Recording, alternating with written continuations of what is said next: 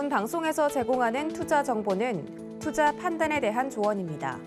방송에서 제공하는 주식의 가치, 가격 상승 및 가격 하락에 대해서는 방송사에서 보장하지 않습니다.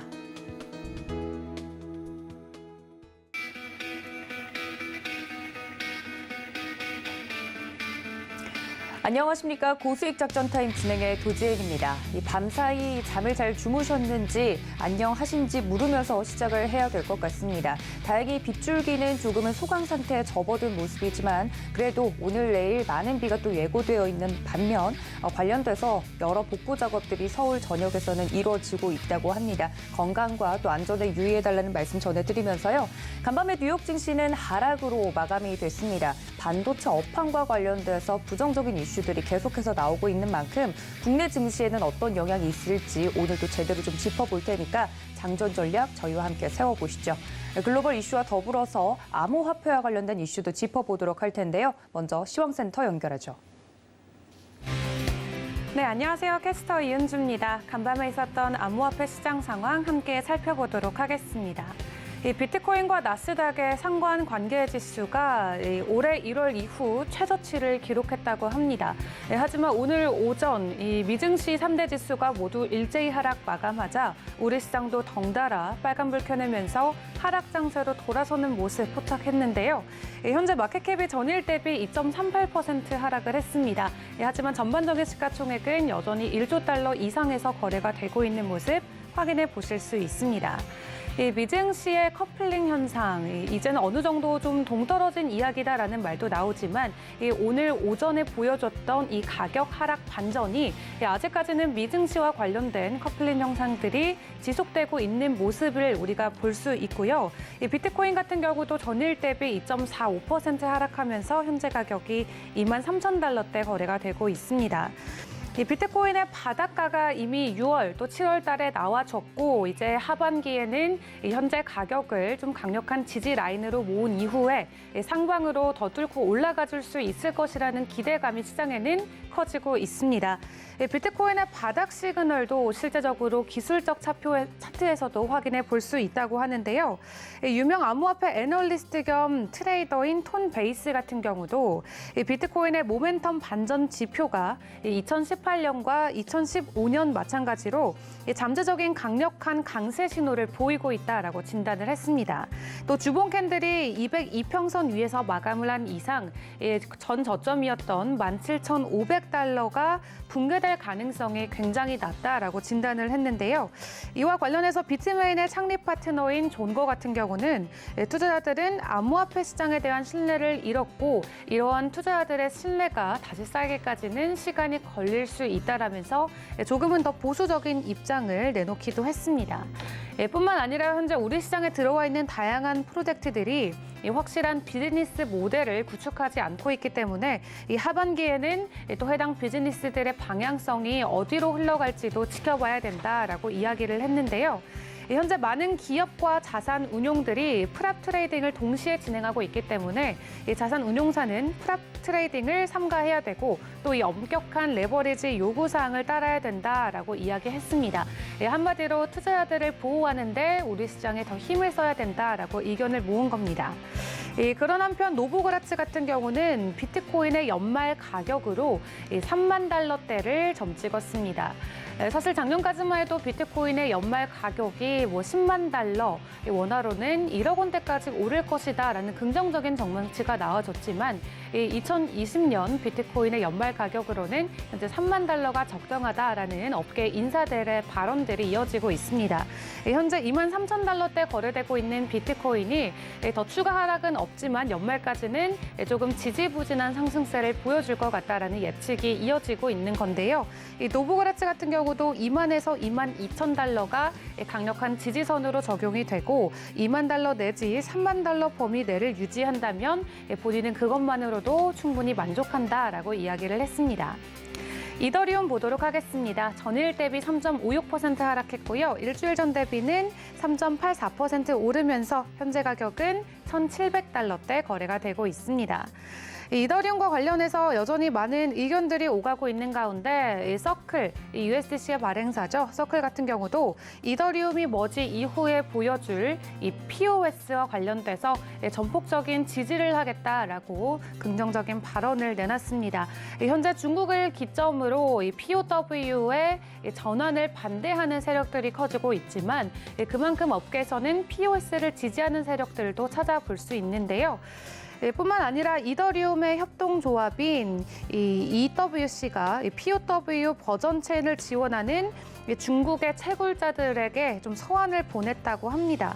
이더리움이 POW의 하드포크를 전환하는 게 굉장히 어려울 거고 당신들은 쉽게 성공하지 못할 것이다 라는 내용을 담았다고 하는데요.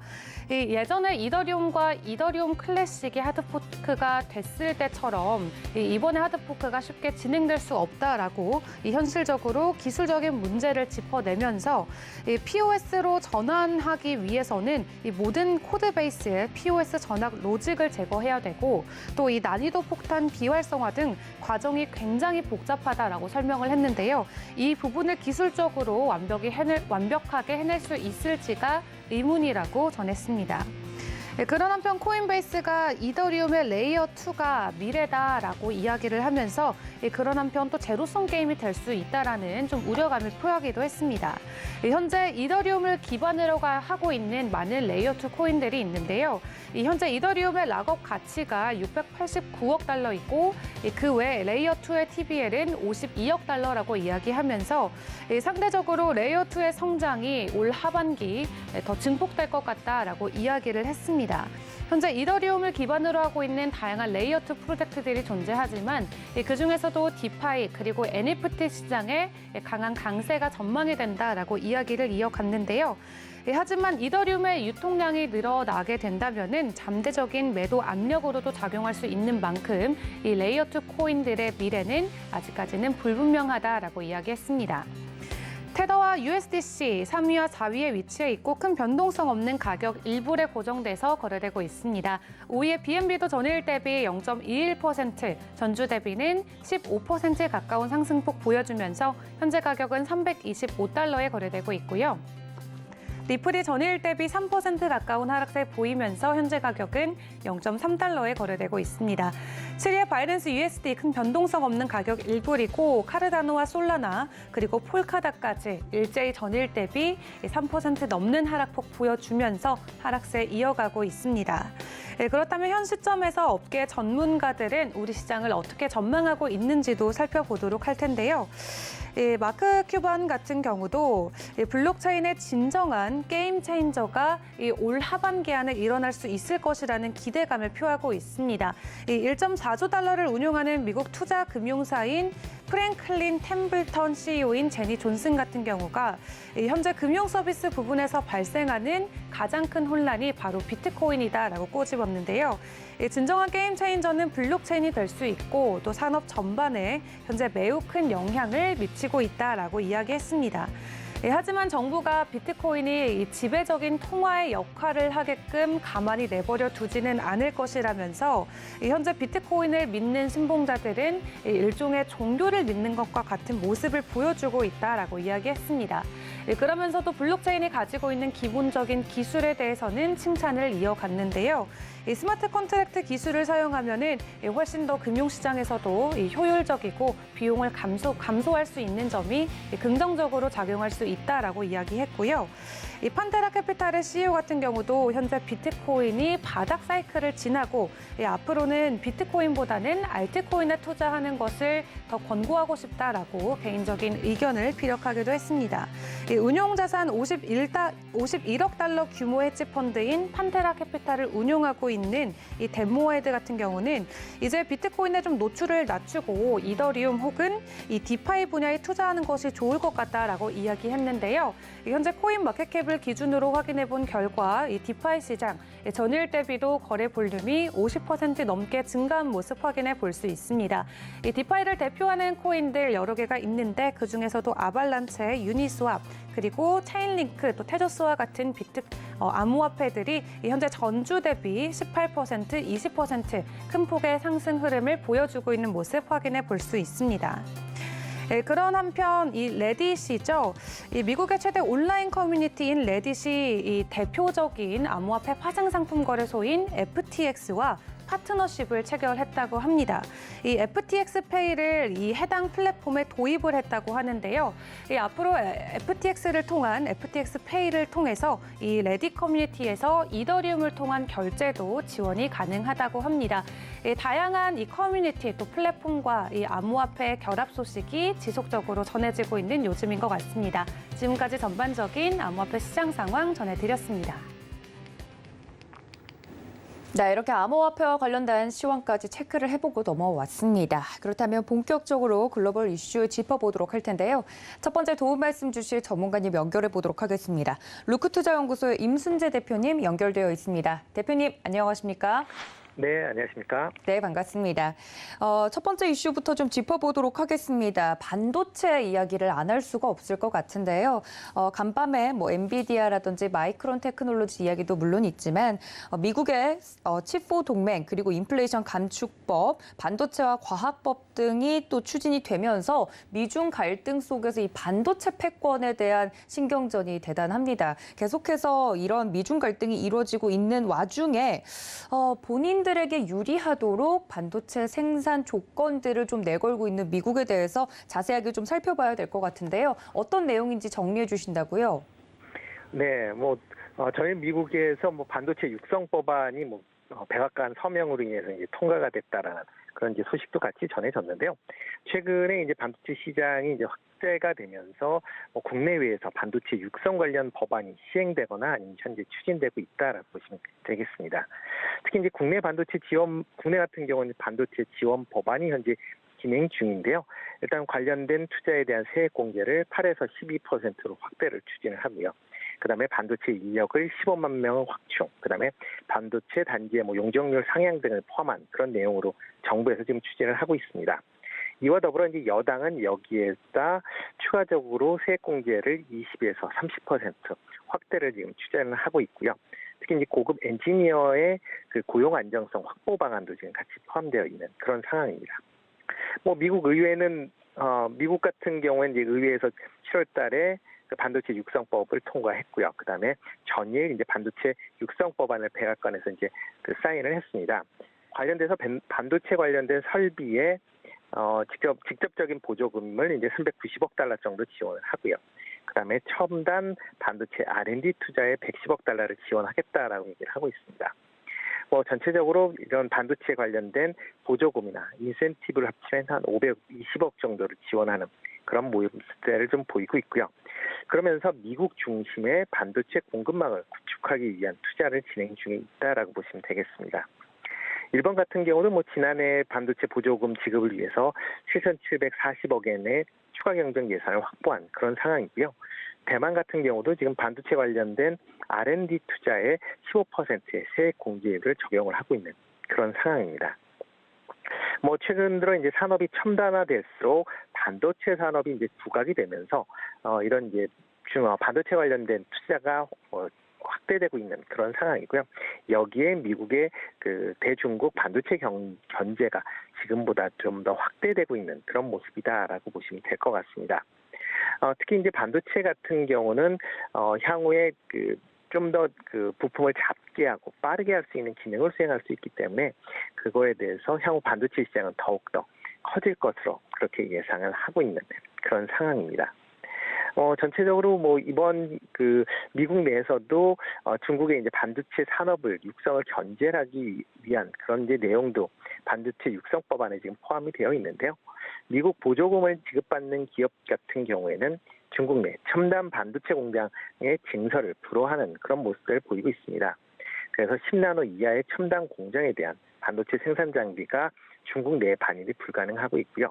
그다음에 128단 이상의 랜드 플래시 장비도 역시 중국의 반입이 불허가 되고 있는 그런 상황이다라고 보시면 되겠습니다. 여기에 또 하나가 칩4 동맹이라고 해서 미국 주도의 그 한국, 미국, 일본, 대만 4개국 간의 반도체 공급망 재편을 현재 추구하고 있는 그런 상황이고요. 특히 미국 같은 경우는 설계와 장비, 그다음에 일본 같은 경우는 소재와 장비, 그다음에 우리나라 같은 경우는 메모리 반도체, 대만, 파운드리 반도체 등의 강점을 서로 시너지를 얻겠다라는 그런 내용입니다.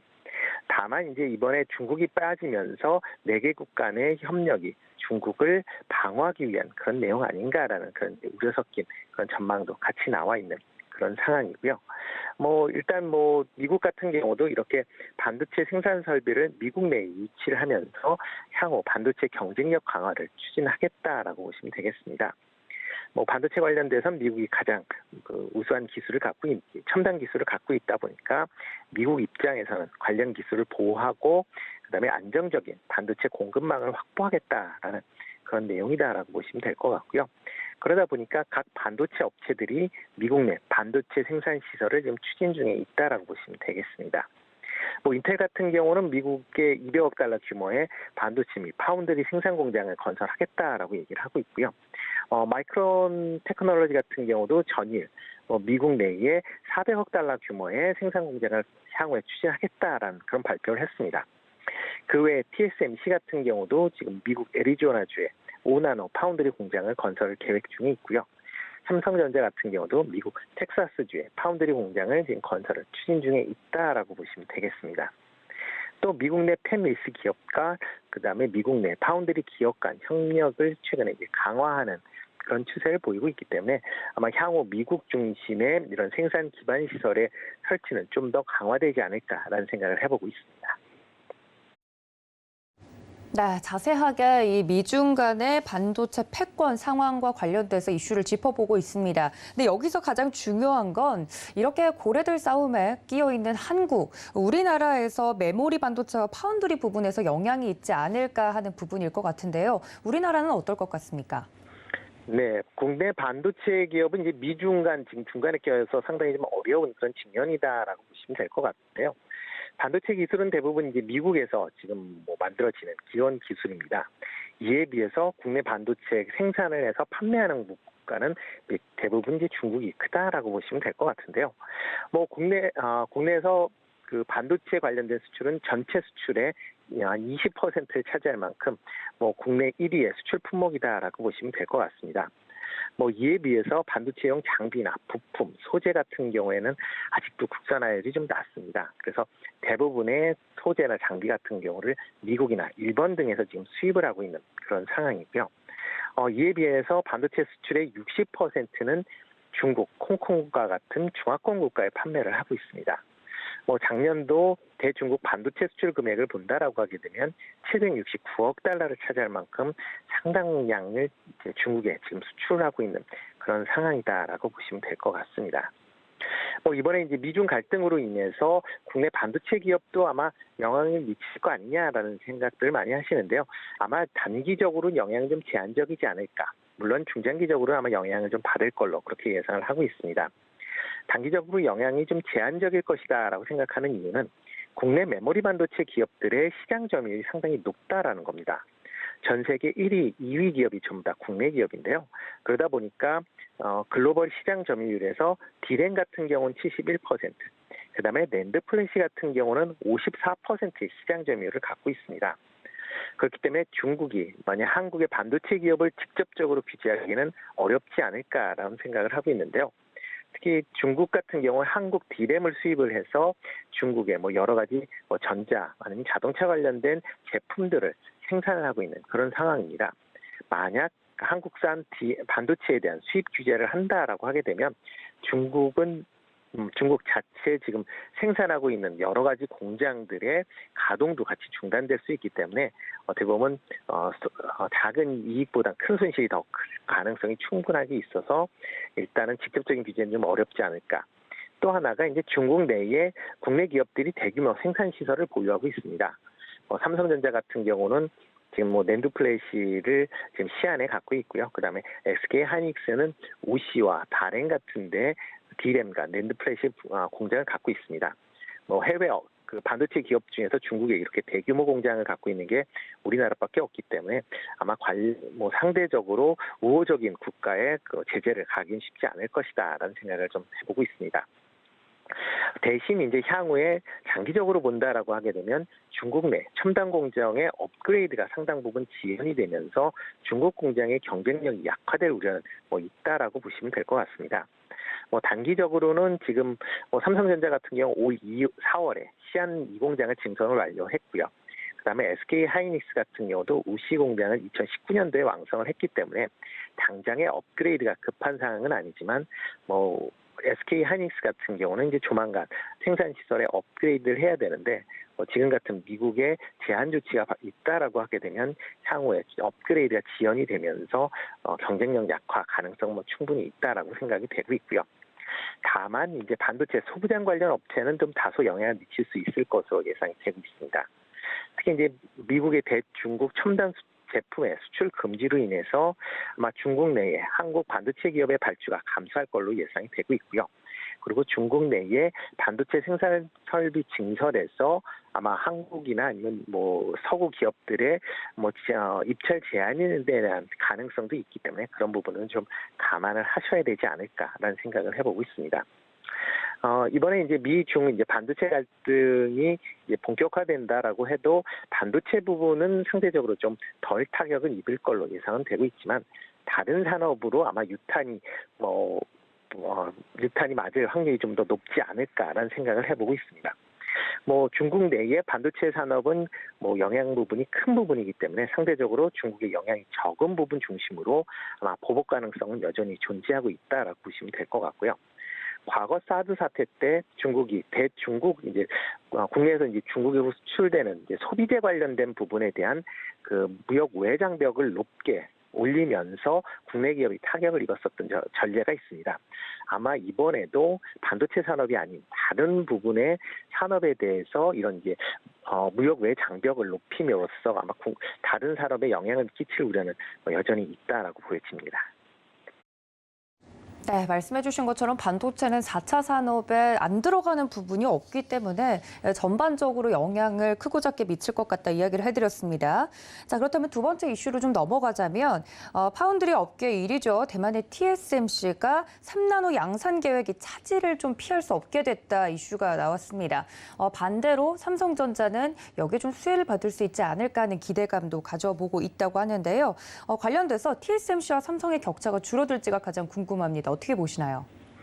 네, TSMC가 일부 보도에 따르면 올 하반기에 3나노 공정의 양산을 이제 지연되고 있다라고 지금 얘기를 하고 있습니다. 그래서 3나노 공정이 아마 내년으로 넘어갈 것이다라고 얘기를 하고 있는 그런 상황이고요. 특히 이제 트랜스포스라는 이제 시장 리서치 쪽의 얘기에 따르면 인텔이 3나노 제품에 대한 주문 물량을 TSMC한테 취소했다라고 얘기를 하고 있습니다. 그러면서 내년으로 아마 양산 시기가 늦춰질 것이다라고 얘기를 하고 있고요. 이에 비해서 삼성전자는 지난달에 이제 세계 최초로 3나노 공정의 제품을 양산하는데 성공을 했습니다. 그리고 또 차세대 이제 반도체 기술인 GAA 기술을 통해서 3나노 공정을 개발함으로써 일단 기존에 갖고 있었던 피펫 기술에 비해서 데이터 처리 속도를 높이고 전력을 절감하는 그런 이제 효과를 같이 가졌다라고 보시면 될 것 같습니다. TSMC 같은 경우 지금 3나노 공정을 하고는 있지만 GAA 기술이 아니라 기존의 이제 핀펫 기술을 사용을 하고 있기 때문에 향후에 공정이 더 발전될수록 아마 삼성전자가 좀 더 유리한 그런 이제 자리를 갖지 않을까라는 생각을 해보고 있고요. 특히 이제 GAA 기술을 이용을 한다라고 하게 되면 지금 기존의 5나노보다 전력 같은 경우는 45%, 그다음에 성능은 23%를 향상시킬 수 있는 그런 이제 어떻게 보면 향후에 게임 체인저가 될 수 있는 기술로 지금 기대를 보이고 있습니다. 그렇기 때문에 삼성전자에 대한 기대감이 그만큼 더 커져 있는 그런 상황이다라고 보시면 될 것 같고요. 그렇지만 이제 TSMC 같은 경우에 파운드리 관련돼서 매우 높은 기술력을 갖고 있습니다. 그렇기 때문에 시간은 걸리겠지만 3나노 공정의 양산은 이루어질 걸로 그렇게 예상이 되고 있고요. 삼성 입장에서 보면 TSMC가 기존 공정을 업그레이드하면서 3나노 공정을 진행을 하는 그 시간 동안에 삼성전자 입장에서 대형 거래처를 확보하는 그런 전략이 필요하지 않을까라는 생각을 하고 있고요. 특히 3나노 공정을 앞서 가기 위해서는 제품 성능, 그다음에 수율에 대한 조기 안착 여부가 주요 관건 아닌가라는 생각을 해보고 있습니다. 특히 과거 예를 본다라고 하게 되면 4나노 공정에서 삼성전자가 TSMC보다 먼저 공정을 시작을 했습니다. 그렇지만 현재 삼성전자가 4나노 공정 초기에 수율 문제로 인해서 대형 수요처를 확보를 못하면서 TSMC가 뒤늦게 들어왔지만 안정적인 제품 수율로 인해서 시장에 안착하는 그런 모습을 보였습니다. 그렇기 때문에 이번에도 이런 문제를 다시 겪지 않게 하기 위해서는 수율을 안정화시키는 작업이 제일 우선시 되지 않을까라는 생각이 되고요. 이와 더불어 대형 수요처도 빠르게 확보하는 그런 전략이 필요한 그런 시점이다라고 보여집니다.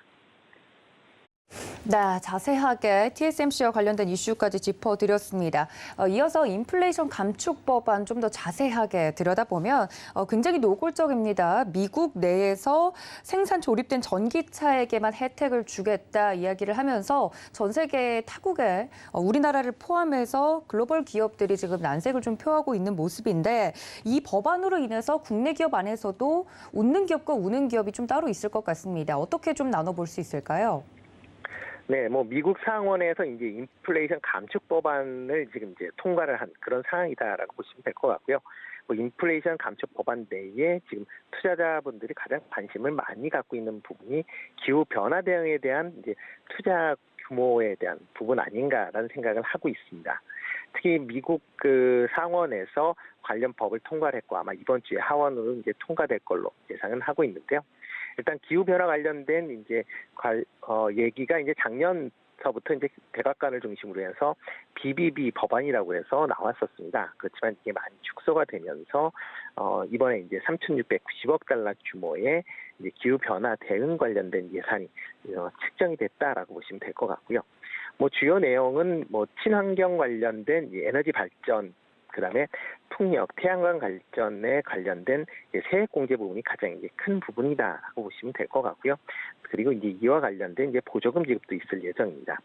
이와 더불어 전기차 구매를 할 경우에 신차 같은 경우 최대 7,500달러, 그다음에 중고차 같은 경우는 최대 4,000달러의 세액 공제를 해주겠다는 게 자동차 회사 그리고 2차 전지 회사에 대한 관심을 불러일으킨 중요한 내용이 아닌가라는 생각을 해보고 있습니다. 전기차 구매할 때 이제 주요 지원 대상은 미국 내에서 생산하는 그런 이제 완성차, 그다음에 2차 전지를 포함해야 된다라는 부분이고요. 그리고 이제 그 관련된 그 소재 관련된 부분, 소재 원자재 관련이 중국 비중이 일정 부분 이하로 포함이 되어야 된다라는 그런 이제 두 가지 조건이 있는 그런 상황입니다. 이런 관점에서 본다라고 하게 되면 국내 완성차 업체는 단기적으로는 수혜가 조금 어렵지 않을까라는 그런 얘기가 나오고 있는 그런 상황입니다. 법안상 이제 세액 공제를 받기 위해서는 미국 내에서 생산되는 전기차에 한해서만 그 세액 공제를 받을 수가 있는 그런 모습인데요. 현재 기아나 현대차 같은 경우에는 미국 내에서 지금 공장을 갖고 있습니다. 그렇지만 공장 내에서 전기차를 생산하지 않고 내연기관만 생산을 하고 있고요. 미국 내 판매하고 있는 전기차는 현재 한국에서 생산해서 미국으로 수출하는 그런 모습을 보이고 있습니다. 그렇기 때문에 지원 대상은 단기적으로는 아니고요. 다만 이제 현대차가 2025년 미국 조지아주에 연간 30만 대 규모의 전기차 전용 공장을 설립할 계획을 현재 추진 중에 있는 그런 상황입니다. 그렇기 때문에 향후 2년 동안 미국 내 생산되는 전기차가 없기 때문에 미국 내에 생산하는 전기차들과 아마 힘겨운 경쟁이 필요하지 않을까. 그러다 보면 지금 현대차가 미국 내 전기차 시장 점유율이 지금 한 4위 정도 기록을 하고 있는데요. 이 순위가 더 밀려 내려갈 수 있다라는 그런 우려도 같이 있다라고 보여집니다. 그렇기 때문에 미국 내에 공장을 얼마만큼 빨리 건설하느냐가 향후에 이런 이제 점유율 하락 부분을 만회할 수 있는 기회 아닌가라는 생각이 들고 있고요.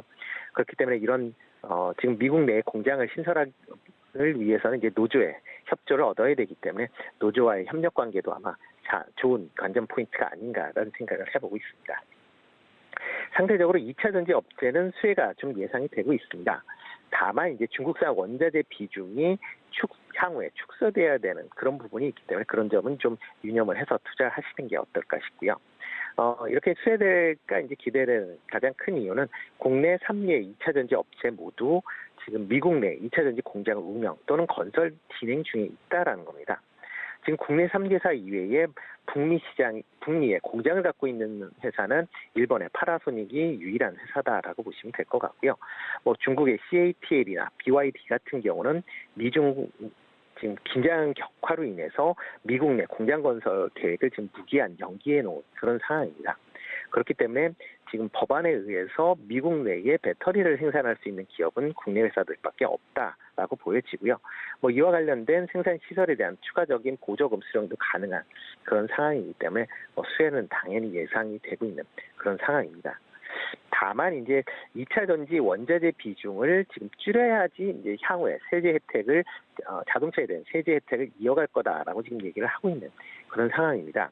특히 이제 2차 전지 핵심 광물에 대한 미국산, 그다음에 미국립, 그다음에 미국 중변의 미국 친화적인 국가들에 대한 소재 비중을 매년 10%씩 확대를 해 가야 된다라는 그런 조항이 붙어 있습니다. 그래서 2023년에는 40%에서 2027년에는 80%까지 확대돼야 되는 그런 문제고요.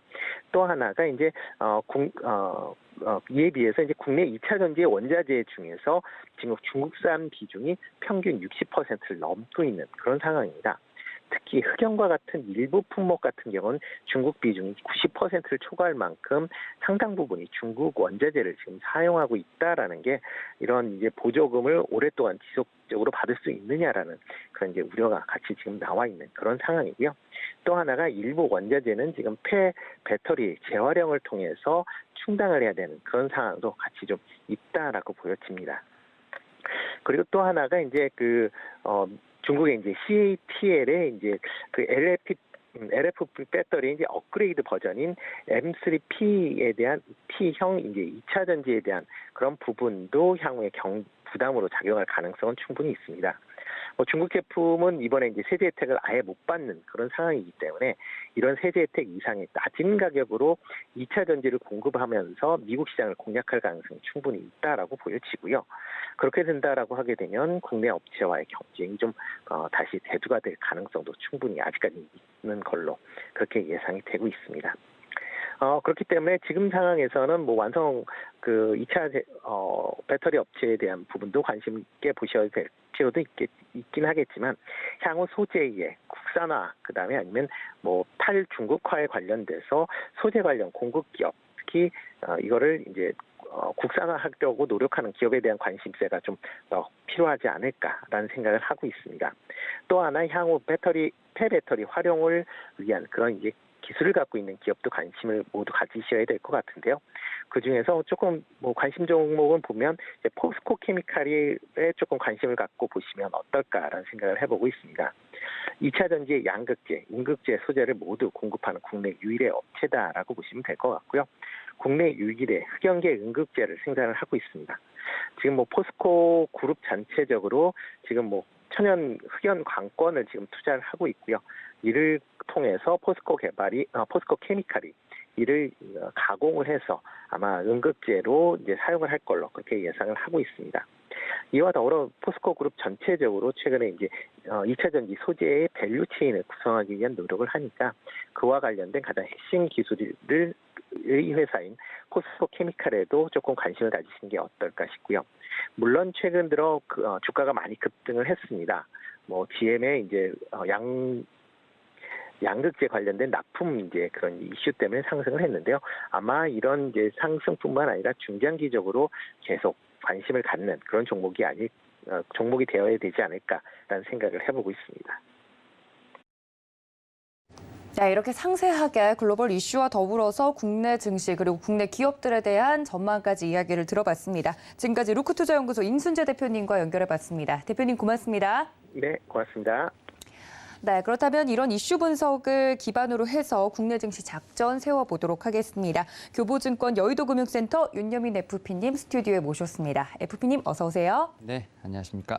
네, 정말 빗길을 헤치고 먼 길을 와주셔서 네, 감사합니다. 피해는 없으시죠? 네, 피해는 없습니다. 네, 다행입니다. 자, 그렇다면 국내 증시 리뷰부터 좀 해봐야 될 것 같습니다. 어제 우리 시장 보니까 오랜만에 2,500선 위에서 마무리가 좀 됐더라고요. 거의 한 달 반여 만에 2,500선 위에서 마무리가 된 것 같다 이야기를 나오고 있는데 국내 증시 리뷰 어떤 포인트로 짚어볼까요?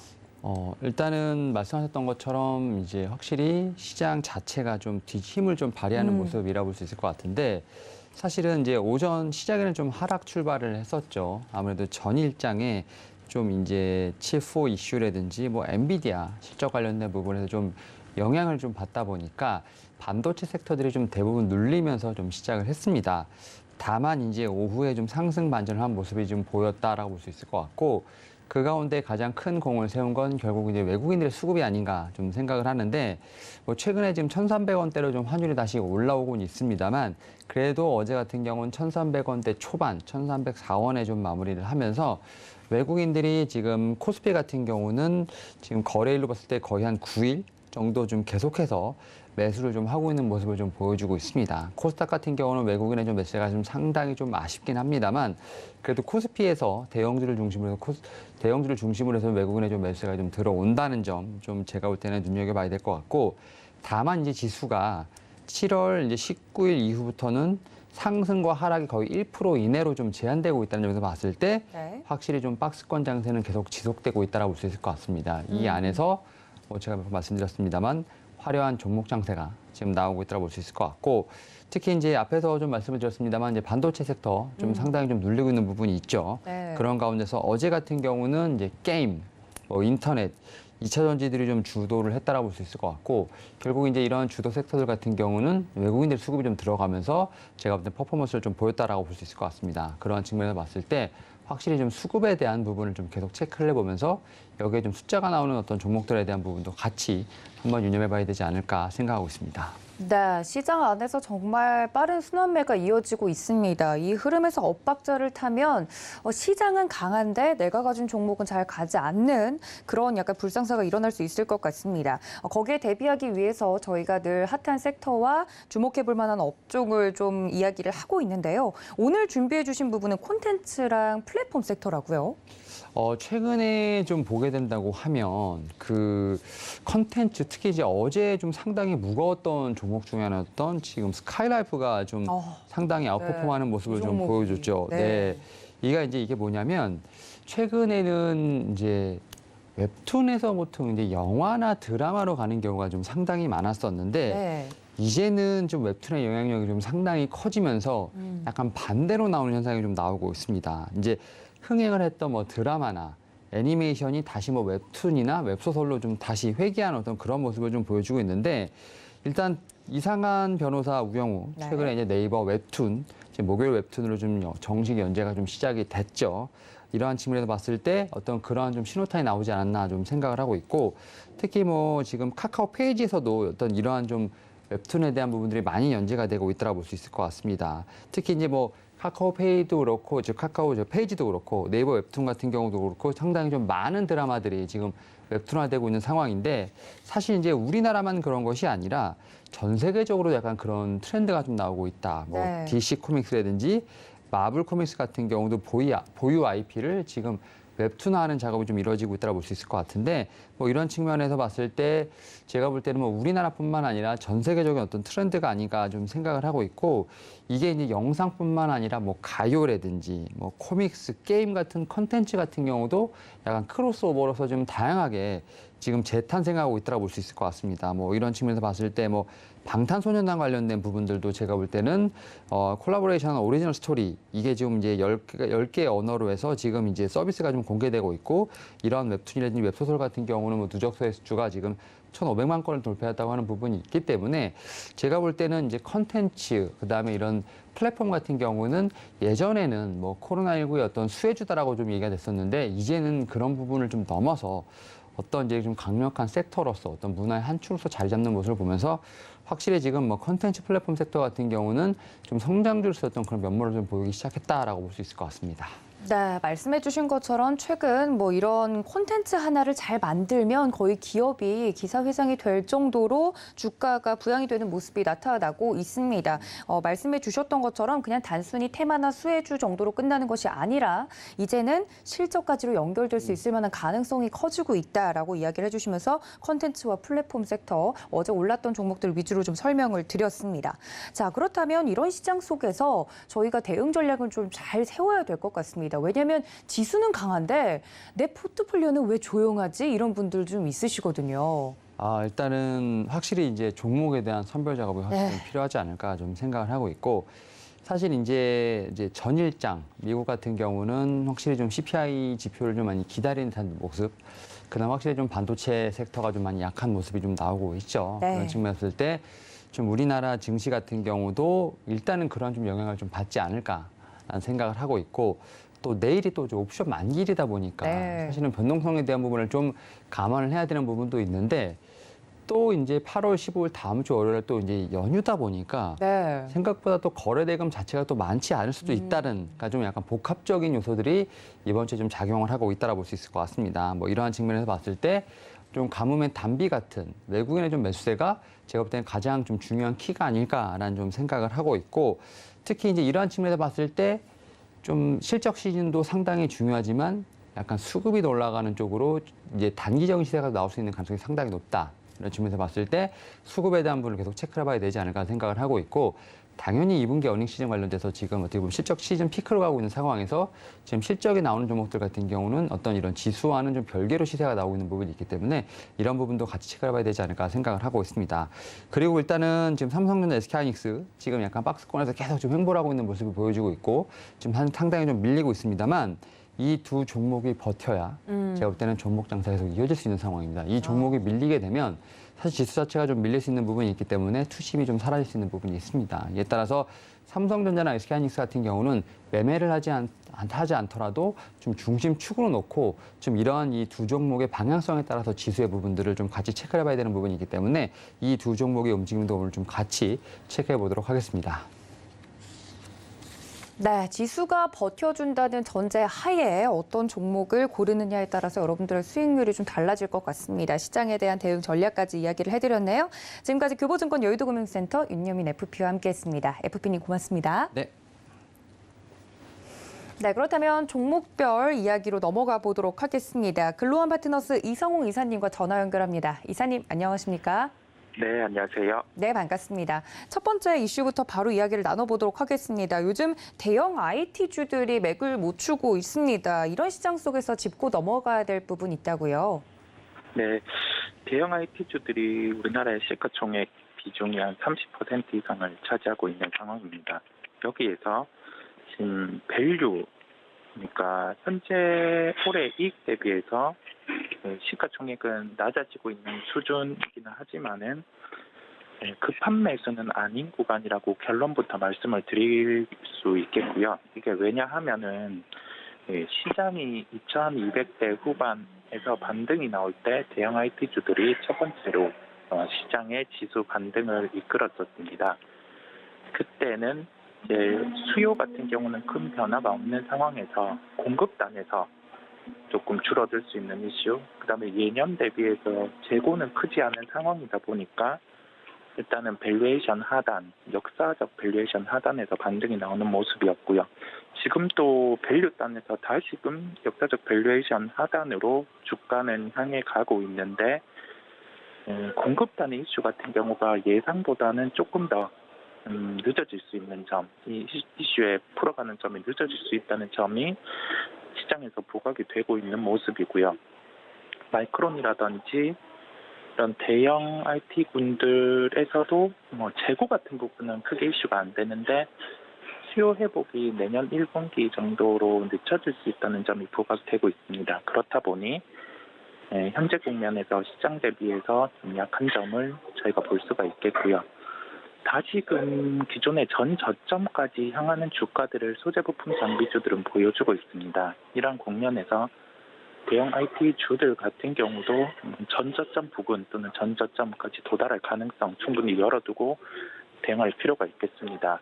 보유하고 계신 분들 같은 경우는 네, SK 하이닉스 기준으로는 기존의 저점이 한 86,000원대였고 9만 원대 이하에서는 그래도 추가 매수에 대응 이런 점이 낮기는 한데 현재 국면에서 빠르게 이 부분에 대해서 적극적인 매수를 들어간다라고 하기보다는 연말계를 포인트로 해서 조금 현재 공급 상황에 조금 불확실성이 다시금 개선되는 그러한 구간이라고 하면은 캐펙스 투자를 대형사 위주로 줄이거나 그러한 점을 확인하고 매수를 할 필요가 있겠습니다. 즉 이런 점에서 봤을 때 IT군 같은 경우는 차별화돼서 움직일 수 있는 종목 같은 경우는 하나의 모멘텀이 있을 때 정도 접근이 가능하겠고요.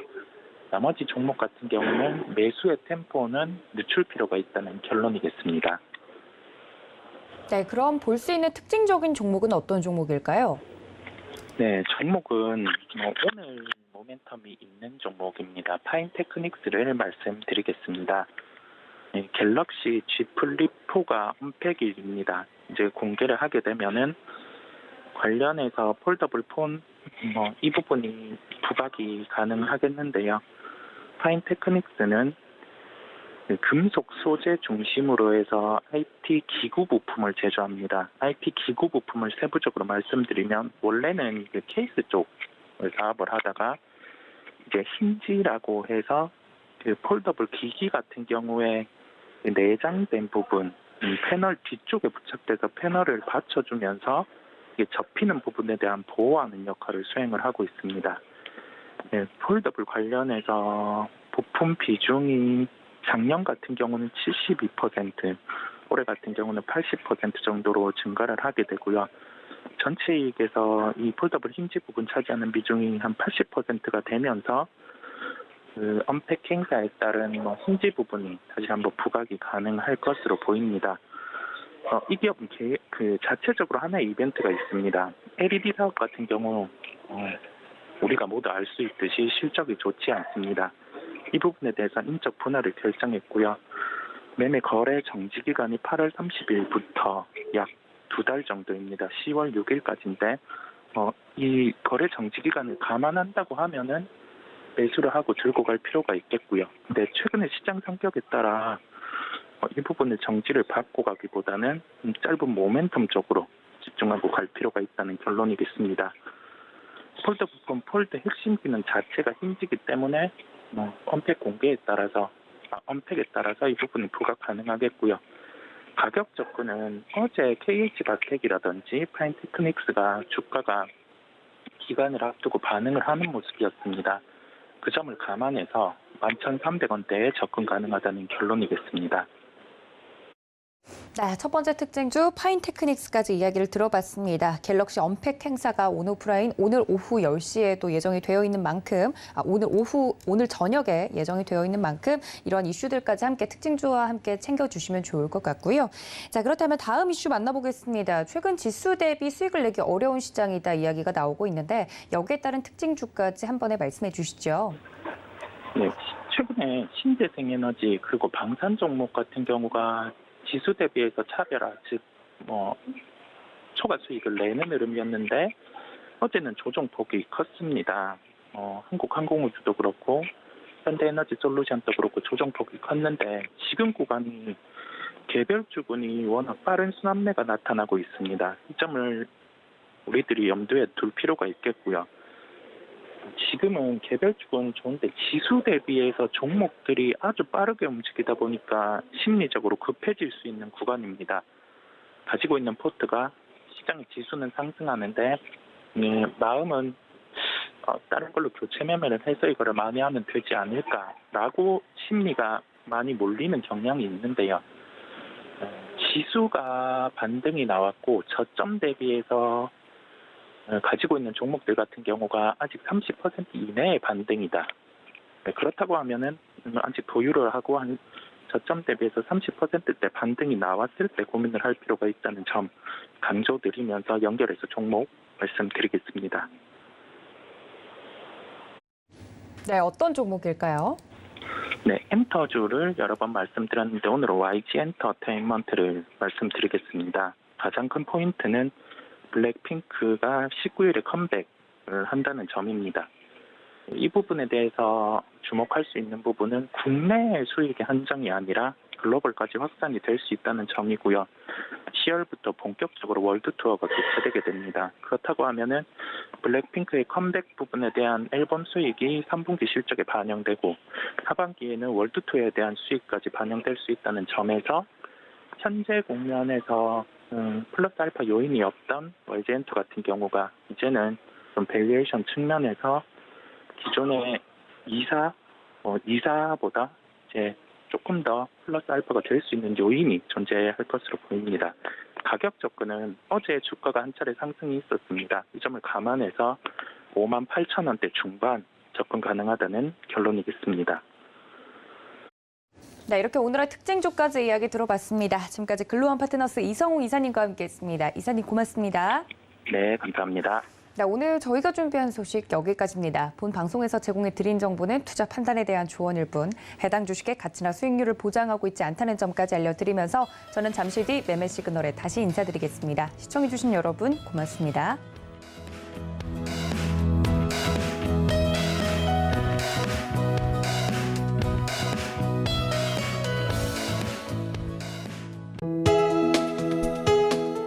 본 방송에서 제공하는 투자 정보는 투자 판단에 대한 조언입니다. 방송에서 제공하는 주식의 가치, 가격 상승 및 가격 하락에 대해서는 방송사에서 보장하지 않습니다.